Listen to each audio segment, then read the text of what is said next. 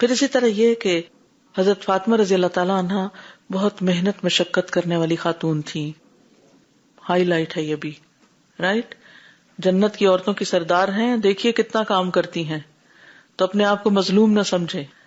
حضرت علی کہتے ہیں کہ رسول اللہ صلی اللہ علیہ وسلم نے جب فاطمہ رضی اللہ عنہا سے ان کا نکاح کیا تو ان کے ساتھ روئیں دار کپڑے، یعنی اوپر بر ہوگی یا جیسے شنیل ہوتی ہے یا کوئی اس طرح، یعنی جو کپڑے تھے ان کے اوپر روئیں تھے، پلین کپڑا نہیں تھا.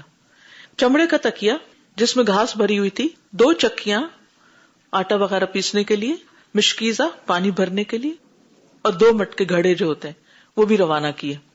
ایک دن حضرت علی نے فاطمہ رضی اللہ عنہا سے کہا، اللہ کی قسم کنویں سے پانی کھینچ کھینچ کر میرے سینے میں درد ہو گیا ہے، یعنی میں اتنی محنت کرتا ہوں، بہت مشقت ہو گئی.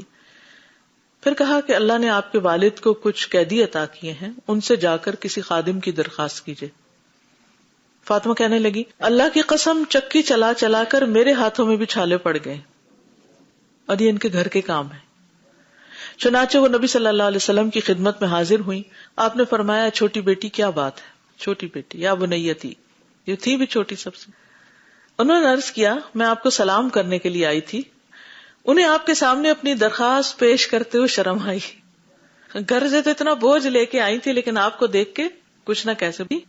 بعض اوقات ایسا ہوتا ہے نا، انسان کے دل میں بہت باتیں ہوتی، میں ذرا فلاں سے ملوں، میں اس کو یہ بھی کہوں گی، یہ بھی کہوں. جب فلاں سامنے آتا ہے تو سب غائب.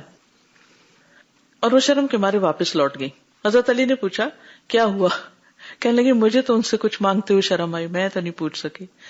اس کے بعد وہ کہتے ہیں ہم دونوں اکٹھے ہو کر آپ کی خدمت میں حاضر ہوئے، نہیں ایک دوسرے کو مورل سپورٹ دیتے ہوئے.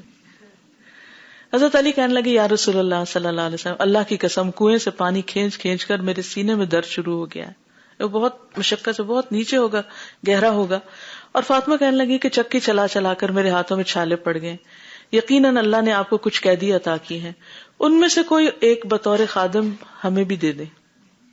یہ سن کر رسول اللہ صلی اللہ علیہ وسلم نے فرمایا، اللہ کی قسم میں اہل صفہ کو چھوڑ کر جن کے پیٹ چپکے پڑے ہوئے ہیں اور ان پر خرچ کرنے کے لیے میرے پاس کچھ نہیں، میں تمہیں کوئی خادم نہیں دے سکتا، بلکہ میں انہیں بیچ کر ان کی قیمت اہل صفہ پر خرچ کروں گا. اس پر وہ دونوں واپس چلے گئے. رات کے وقت نبی صلی اللہ علیہ وسلم ان کے پاس تشریف لائے، اور انہوں نے جو چادر اوڑھ رکھی تھی وہ اتنی چھوٹی تھی کہ سر ڈھکتے تھے تو پاؤں کھل جاتے، پاؤں ڈھکتے تو سر کھل جاتا. آپ کو دیکھ کر دونوں اٹھنے لگے تو آپ نے فرمایا اپنی جگہ پر ہی رہو. پھر فرمایا کیا میں تمہیں وہ کلمات نہ سکھاؤں جو جبریل نے مجھے سکھائے؟ وہ اس سے بہتر ہے جس کا تم نے سوال کیا. پھر فرمایا ہر نماز کے بعد 10 مرتبہ سبحان اللہ، 10 مرتبہ الحمدللہ، 10 مرتبہ اللہ اکبر کہہ لیا کرو، اور جب بستر پر آؤ تو 33 مرتبہ سبحان اللہ، 33 مرتبہ الحمدللہ اور 34 مرتبہ اللہ اکبر کہہ لیا کرو. حضرت علی کہتے ہیں، اللہ کی قسم جب سے رسول اللہ صلی اللہ علیہ وسلم نے یہ کلمات سکھائے ہیں میں نے انہیں نہیں چھوڑا. حضرت علی سے ابن القوا نے کہا کہ جنگ صفین کی رات بھی آپ نے نہیں چھوڑا؟ تو میں نے کہا، اہل عراق اللہ تم کو ہلاک کرے، صفین کی رات بھی میں نے نہیں چھوڑا. یہ ہلاک کرے نا، وہ جو تقیہ کلام جیسا کلمہ ہوتا ہے نا، you don't mean it but انداز خطاب ہوتا ہے، یعنی میں نے اس رات بھی ان کو نہیں چھوڑا. یعنی اتنی پابندی کے ساتھ میں نے ان کلمات کو پڑھا. ہم سوچیں کہ ان تسبیحات کے پڑھنے کی پابندی ہم کتنا کرتے ہیں رات کو سوتے وقت. اگر ہم اس کی واقعی پابندی شروع کر دیں تو دن بھر کی تھکاوٹ دور ہو سکتی اور بہترین نیند آ سکتی. تو یہ بھی ایک ہائی لائٹ.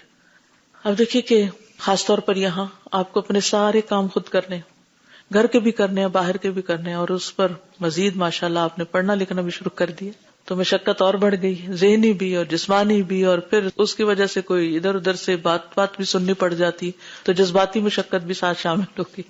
لیکن الحمدللہ آپ روحانی طور پر اسٹرانگ ہوتے چلے جا رہے ہیں، اور جو شخص روحانی طور پر اسٹرانگ ہوتا ہے وہ ان ساری چیزوں کا مقابلہ کر لیتا ہے، اور اس کے پاس یہ تسبیحات اور اللہ کا ذکر ایک ایسا علاج ہوتا ہے کہ جس کا مقابلہ اور کوئی چیز نہیں کرتی.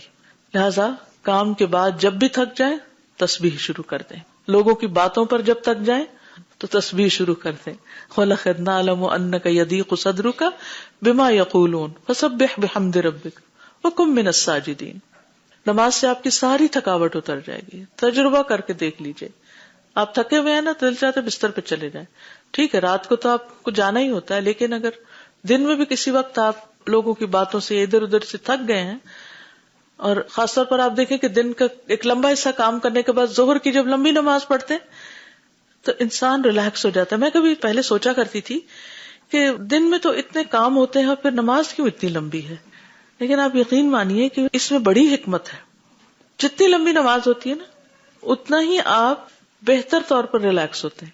پہلے آپ وضو کرتے ہیں, پھر آپ سنت پڑھتے ہیں, پھر آپ اوپر نیچے, یعنی اگر آپ نماز کے علاوہ اتنے اسٹریچز کریں تو اسٹریچز کے بعد کیا ہوگا, آپ کچھ ریلیکس ہو جائیں گے. لیکن یہاں تو آپ نماز بھی پڑھ رہے ہیں اور پراپر نماز ہو, یہ نہیں کہ ادھر جھٹکوں والی نماز اوپر سے نیچے ہو کے, اس سے کوئی ریلیکس نہیں ہوتا. وَلَا يَذْكُرُونَ اللَّهَ إِلَّا قَلِيلًا, جیسے منافقین اللہ کا ذکر کرتے ہی نہیں نماز میں مگر بہت تھوڑا, اس سے کوئی ریلیکس نہیں ہوتا.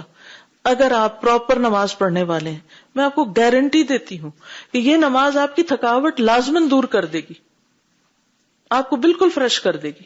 آدھی تھکاوٹ وضو سے دور ہوگی, اور وضو بھی ٹھیک ہو, مل مل کے دھویا ہوا ہو, ایسے نہیں پانی کے نیچے آگے پیچھے کر کے بازو چل بھائی اور 2-3 چھینٹے لگا کے منہ کے اوپر نہیں.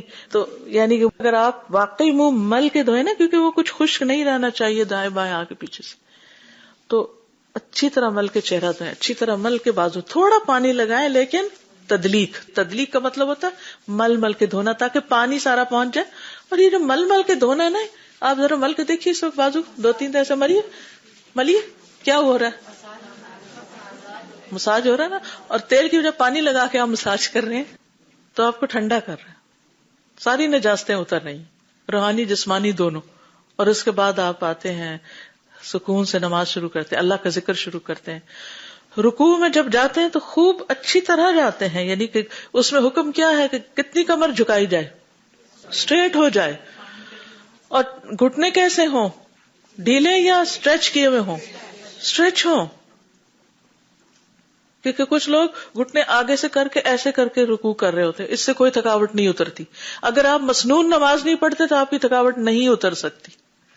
آپ پراپر نماز پڑھی اور پھر آپ جاتے ہیں سجدے میں, صحیح جما کے آپ سجدہ کر رہے ہیں, صحیح آپ کے پنجے پیچھے سے مڑے ہوئے ہیں. اگر آپ یہ ساری پاؤں کی انگلیاں اور ان کے پور پورے مڑ کے کھینچتے ہیں, تھکاوٹ اترے گی یا نہیں اترے گی؟ اور پھر جس سرٹن پوزیشن پہ بیٹھنے کے لیے کہا گیا, اور خصوصاً جب رائٹ پاؤں اٹھا کے آپ کھڑا کر کے آپ تورک کرتے ہیں, صحیح نماز تو پڑھ کے دیکھیے. الا یہ کہ آپ کو کوئی تکلیف ہے, کوئی لیگز میں, گھٹنوں میں یا کچھ اور, وہ تو اور بات ہے, آپ کی مجبوری ہے. لیکن ادروائز اگر آپ مسنون نماز پڑھتے ہیں تو یہی نماز واقعی آپ کے لیے راحت کا باعث بنتی اور آپ اس کو انجوائے کرتے. اور اگر نہیں انجوائے کرتے آپ نماز, اس کو بوجھ سمجھتے تو اللہ سے دعا شروع کر دیجیے, اللہ مجھے نماز کی محبت دیتے, اللہ نماز کو میری آنکھوں کی ٹھنڈک بنا دے, میری تھکاوٹ کو دور کرنے کا ذریعہ بھی بنا دے, جسمانی بھی اور روحانی بھی اور ذہنی بھی. بہت بڑی نعمت ہے اللہ کی نماز, جس کی ہم قدر نہیں کرتے. پھر اسی طرح مشقت کی عادت تو آپ نے ڈالی ہی, ان کو ناز و نعم سے بھی بچایا. ابن عمر کہتے ہیں کہ نبی صلی اللہ علیہ وسلم فاطمہ رضی اللہ عنہا کے گھر تشریف لے گئے لیکن اندر نہیں گئے. حضرت علی گھر آئے تو فاطمہ رضی اللہ عنہا نے اس بات کا ذکر کیا کہ آپ آئے ہیں لیکن اندر نہیں آئے. تو انہوں نے نبی صلی اللہ علیہ وسلم سے پوچھا, حضرت علی نے, آپ نے فرمایا میں نے اس کے دروازے پر دھاری دار پردہ دیکھا تھا. پھر فرمایا مجھے دنیا کی آرائش و زیبائش سے کیا سروکار. تو حضرت علی نے آ کر ان سے آپ کی گفتگو کا ذکر کیا, یعنی حضرت فاطمہ سے. تو انہوں نے کہا آپ صلی اللہ علیہ وسلم مجھے جس طرح کا چاہیں اس سلسلے میں حکم فرمائیں. آپ نے فرمایا اس پردے کو فلاں فلاں کے گھر بھجوا دیں, انہیں اس کی ضرورت ہے, تم اس کو استعمال نہیں کرو. کیا سکھا رہے ہیں آپ اپنی اولاد کو؟ ہم کیا سکھا کے بھیجتے ہیں؟ ہم اپنے بچوں کو شیئرنگ کرنا, دوسروں کو دینا, دوسروں کو اچھی چیز دینا, یہ سکھاتے؟